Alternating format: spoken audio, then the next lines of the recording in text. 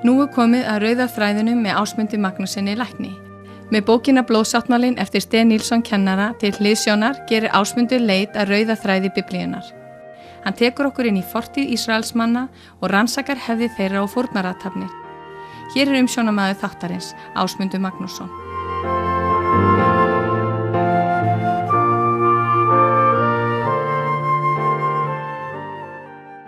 Komið sæl og blessuð. Við höldum áfram með blóðsáttmálan og kaflinn sem ég les núna heitir Sáttmálinn endurnýjaður í Egyptalandi. Við höfum gert stóra lykkju á rauða þráðinn í síðustu lestrum. Þessi lykkja mótaðist af innskoti sem sýndi okkur hvernig blóðsáttmálinn virkaði við ákveðnar aðstæður og þá voru Davíð og Jónatan. Nú tökum við þráðinn upp að nýju og fylgjum honum frá Abraham og nokkra ættliði áfram. Guð sagði við Abraham: Ég gjöri sáttmála milli þín og mín og þinna niðja eftir þig, frá einum ættli til annars, ævinlegan sáttmála að vera þinn Guð og þinna niðja eftir þig. 1. Mósebók 17:7. Í gegnum þennan sáttmálslíð ætlaði Guð að senda endurlausnaran sem lofað hafði verið. Þá skal ég ríkulega blessa þig, stendur, og stóru margfalda kyn þitt sem stjörnur á himni, sem sand á sjávarströnd. Og niðjar þínir skulu eignast borgarhlið óvina sinna og af þínu afkvæmi skulu allar þjóðir á jörðinni blessun hljóta vegna þess að þú hlýddir minni röddu. Drengurinn sem var bjargvættur allra. Þjóð sáttmálans átti einnig að vera vitnisburður fyrir heiminn. Kanaanland var landfræðilega miðsvæðis með tilliti til tengsla við aðra þjóðir á þessum tíma. Allar skyldu þær kynnast Guðs útvöldu þjóð og einnig kynnast hinum sanna og lifandi Guði. Abraham er aðalpersonan í 1. Mósebók. Á eftir koma styttri frásagnar af fólkinu í ætt hans sem varðveitti sáttmála við Guð heilagan. Við rekumst á nöfn 6 manna sem hafa mikla þýðingu. Adam í fyrstu 5 köflunum, þetta er 1. Mósebók. Nói í kafla 6-10, Abraham í kafla 12-26, svo Ísak og Jakob, kafla 27-37 og 46-50 og svo Jósef í síðustu köflunum 38-45. Við getum einungis nefnt hvern og einn þeirra með fáeinum orðum til að fylgja rauða þræðinum í áætlun Guðs gegnum þá.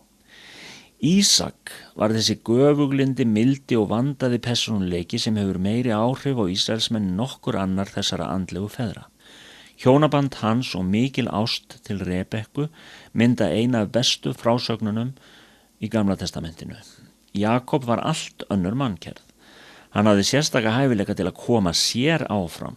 Hann hafði auga fyrir eigingjarnri framaskipulagningu, menn veltu því trúlega fyrir sér innan fjölskyldunar hvað gæti orðið úr slíkum manni. Hann var engum manni til gleði, en Guði er ekkert ómáttugt. Sá dagur kom að Jakob gat ekki lengur smokrað sér undan ef hann vildi halda lífi. Guð mætt honum við Jabboks vað. Þann dag hristist þetta gáfaða hráefni rækilega og varð að manni sem varð Guð yfirsterkari. Jakob er sönnun þess að Guð getur mótað stóran manngerðir úr að því er virðist ósveigjanlegu efni. Jósef, fallegt nafn, stórkostlegur persónuleiki, ævintýraprinsinn. Hvar í heimsbókmenntunum finnum við mann sem er hægt að líkja við Jósef? Guðhræddi drengurinn, hinn sanni og staðfasti maður, vitri stjórnmálamadurinn, óviðjafnanlegur stjórnvitringur, hann sem hafnað var af sínu eigin fólki, varð bjargvættur þess síðar. En þann dag í dag hefur hann með persónuleika sínu mikil áhrif bæði á Ísraelsmenn og aðra. Í 1. Mósebók er að finna ævisögu hans. Á unglingsaldri var hann seldur egypskum þrælakaupmanni. 30 varð hann forsætisráðherra Egyptalands. Þegar hann var 40 komst hann aftur í samband við fjölskyldu sína. Jakob kom þá til Egyptalands ásamt 70 manns og út frá þessum hópi kom nákvæmlega það sem drottinn hafði lofað, mikil þjóð. Hvers vegna höfnuðu þau í Egyptalandi? Guð hann bjargaði sinni litlu sáttmálaþjóð 70 manns úr föðurlandinu þar sem hungursneið ríkti. Drottinn býr þeim borð, það besta sem hægt var að fá í landinu Gósen. Og þú skalt búa í Gósenlandi og vera í nánd við mig, þú og synir þínir og sonasynir þínir og sauðfé þitt og nautgripir þínir og allt sem þitt er. En ég skal sjá þér þar fyrir viðværi, því að enn verður hallari í 5 ár, svo að þú komist ekki í örbirgð, þú og þitt hús og allt sem þitt er. Og þetta í 45. kaflanum í 1. Mósebók. Guð notaði Jósef til að bjarga fjölskyldunni sem hafði hafnað honum. Hann sá til þess að hið illa snerist til góðs, hann útvegaði líð sínum besta landið sem völ var á, þar skildi fólkinu líða vel, auka kynsitt og verða stóri þjóð.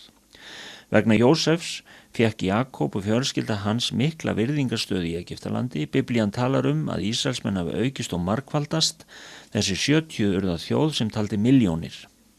Fólkið lifði konunglegu lífi í landinu Gósen.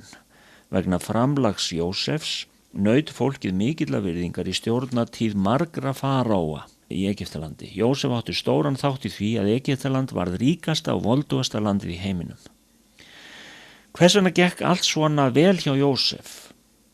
Hann elskaði sáttmálan við drottinn og hafði hann í heiðri. Hann vildi ekki fyrir nokkurn mun vera Guði feðranna ótrúr. Hann var sama eðlis og mennirnir 2 sem síðar heiðruðu sáttmálan, þeir Davíð og Daniel. En að löngum tíma liðnum eignaðist Egyptaland konung sem vissi engin deili á Jósef. Hann sagði við þjóð sína: Sjá, þjóð Ísraelsmann er fjölmennari og aflmeiri en vér.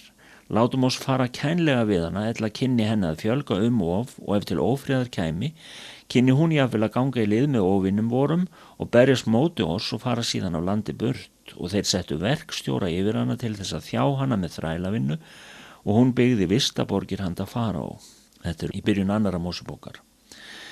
Meðferðinni sem þjóðsáttmálan sætti er einungi sagt að líkja við þann ruttaskap sem gyðingar urðu að þola undir vægðarlausri stjórn Hitlers. Harðstjórnin var svo mikil að ánauðar kvein þeirra sté upp til Guðs og Guð heyrði andvarpanir þeirra og myndist sáttmála síns við Abraham, Ísak og Jakob. En þetta var ekki skyndi útkall af Guðs hálfu, hann hafði undirbúið afskiptin. Við eigum frásögnina því hvernig lífi Móse var bjargað í sefinu og hvernig hann fékk konunglegt uppeldi í óvinabúðunum í höll faraós. Lesi þá frásögn í 2. Mósebók og 2. kafla. Markmið okkar er að fylgja rauða þræðinum og sjá hvernig sáttmálanum við Guð er haldið við. Guð hafði sagt við Abraham þegar sáttmálinn var gerður að fólkið myndi lifa sem þrælar í ókunnu landi og að það yrði undirokað. En þá þjóð sem þeir munu þjóna mun ég dæma, segir hann í 1. Mósebók 15 og 14. Það varð að sannfærast. Guð talar til Móse í brennandi þyrnirunnunum og biður hann að fara til faraós og krefjast þess að hann veiti fólkinu leyfi til að yfirgefa landið. Í 2. Mósebók 4. og 5. kafla tala Móse og Aron til faraós. Svo segir drottinn Guð Ísraelsmanna: gef fólki mínu faraleyfi að það megi halda mér hátíð í eyðimörkinni. En faraó vill ekki hlusta á þetta, hann leggur enn þá þyngri þrælabyrði á fólkið. Faraó virðist ekki hafa hugsað rökrétt í andstöðu sinni við ósk þjóðarinnar að yfirgefa landið. Hann var að vísu hræddur við fólkið. Hvað var þá betra en að losna við það? Þessi stað forherðist faraó og dregur með sér miklar þjáningar yfir bæði sig og þjóð sína. Það komu mikla pláur yfir Egypta. Við höfum heyrt af reiði Guðs og furðar okkur á því hvernig Guð, kærleikans, gæti sendt svona hræðilegar bölvanir yfir menn og dýr. En við verðum að gera okkur ljóst að þessar bölvanir beindust að hjáguðum Egypta. En hversina þurft að grípa til svona aðgerða gegn guðum úr steini og tré, þeir geta varla verið sekir. Nei, en fólk sem tilbyður þessa mállausu guði verður að sannfærast að trúarbrögð þeirra séu óekta. Það verður að sannfærast að það séu til öfl sem stjórna trú þeirra og að guðgyðingana sé hinn eini sanni Guð. Það sá fyrsta teikni þegar dulspeki-prestar þess skoruðu á Móse og ormur Móse gleypti þeirra orm. Næsta skref var heilagt fljót þeirra Níl. Níl var einn af guðum þeirra og var kallaður Nú. Hann var mjög virtur. Meira að segja faraó var vanur að fara í vatnið og tilbiðja þennan guð. Þegar hann hitti Móse þar, laust Móse vatnið með stafnum og vatni varð að blóði. Næsta plága voru froskarnir, þeir komin í húsin, rúmin, bakstusofnan og deigtrógin. Já, þeir hoppuðu upp á fólkið, þeir þöktu all landið. Froskar höfðu alltaf verið plága hjá Egyptum, þess vegna áttu þeir gyðju sem nefndist Heki og hafði það hlutverk að reka froskana burt. Hún var gyðja í hárri stöðu en reyndist nú vanmegnug. Guð Ísrael sýndi að hann var máttugri. Síðan komu þrautir vegna mýbits og flugna. Flugurnar voru einnig tilbeðnar í Egyptalandi. Nú lét drottin fólkið sjá hvað þessir guðir gerðu þeim, en einnig að drottin var þeim yfirsterkari. Þvínast var dýrmætasta eign þeirra kvikfénaðurinn fyrir árás. Og síðan höldum við áfram þar sem frá var horfið eftir viku. Þakka ykkur fyrir áheyrnina. Ásmundur Magnússon læknir stjórnaði þættinum Rauði þráðurinn. Bókin Blóðsáttmálinn er skrifið af Sten Nilsson kennara við Biblíuskólan Livets Ord í Svíþjóð.